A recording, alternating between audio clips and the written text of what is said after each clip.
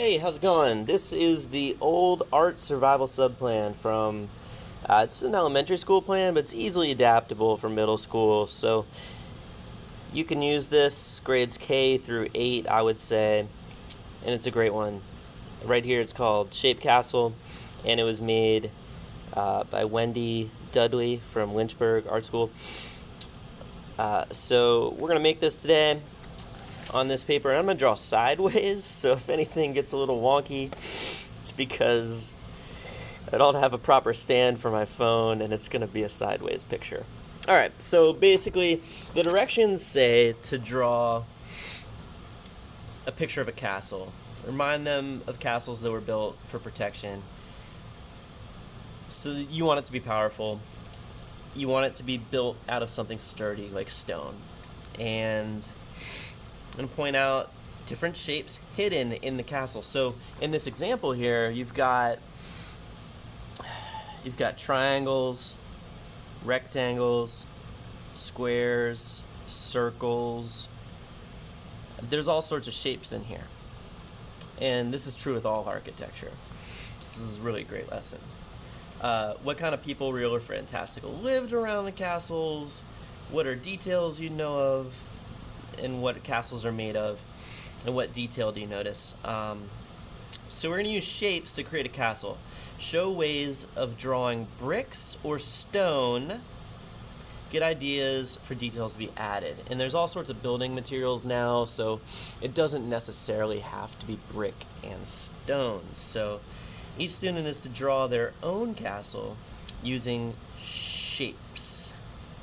Then the details of what are done to the walls will be added, and you can add more like knights, dragons, damsels, etc., and add color. So this is the example that I made, and you can see, start off with some very basic shapes. So right here we'll start off, we can start off with the door.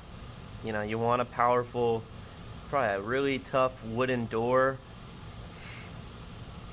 A lot of old castles had wooden doors. They're real thick like this. Alright, and then maybe that's in its own square here. And look how simple this is. I'm just starting off with a real basic shape. I didn't even draw it super well, but you're going to see this is going to make a great picture overall. And then, maybe we've got a tower over here. This is a very simple cylinder shape, right? And perhaps at the top of that cylinder, I've even got an area like this so that people can shoot bows and arrows outside that area. Perhaps there's a window here. And anytime I add something like that, I can just go ahead and make it 3D with just a little thing like that. And the same thing can be added here because everything's going to be going 3D this direction now. So this is a lot of fun to kind of add these little elements, and it also really enhances the picture. And you can start being really creative with this. So we talked about stones. Well, sometimes stones didn't fit perfectly together, so they had to find stones that kind of fit. So you can kind of draw a few of them. It'll give you an idea of what's there. You don't need to draw every single stone. People will know just by kind of an intuition by looking at this, kind of where the stones are. Okay? So you've got that. Perhaps the middle, maybe it's an area with more of these.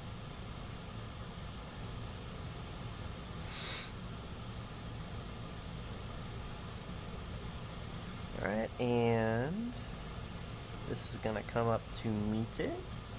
Alright, and then maybe we've got this really cool part in the middle.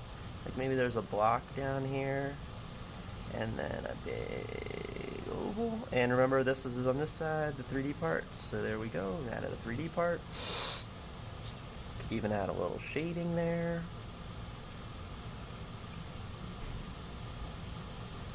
And then, perhaps we've got the same texture. Nothing too wild here, pretty simple, pretty straightforward. And then maybe we've got another tower over here. Alright, so then this one, I think this works. This is gonna be more for a wartime than a beautiful looking castle. And you know, maybe you got a little place up here. Somebody's hanging out up there, perhaps, or maybe it's just shaded. Maybe there's a little stone underneath it. You know, fill in your details as we go here. And the more you add, the better. It's also going to be more fun to draw when you're adding more details. So this is really simple, but the more you add to it, the better it's going to get. You need a path to get up to it, right? Maybe throw in some bushes in the front. You don't usually see those around castles, but I'm sure they did some landscaping back in the day, you know? So then, you know, behind here, perhaps there's this is where the pretty stuff goes. Maybe there's a tower, kind of like this, right? And then maybe there's some lines on the roof. We got triangles that are splitting into smaller triangles. So we're still using basic shapes. We're just building a castle using those basic shapes. So here's another tower, and same thing. Basic shapes. Alright, maybe I've got a big tower in the middle. Basic shapes. This one's a little different. See what I'm doing here?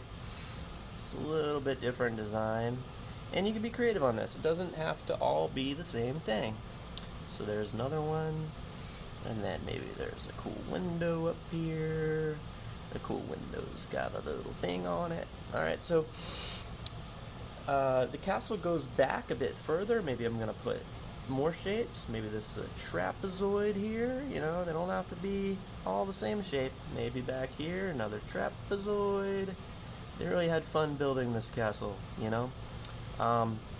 So after you've got that, you can add more to it. So that's a quick rundown on how to create your castle.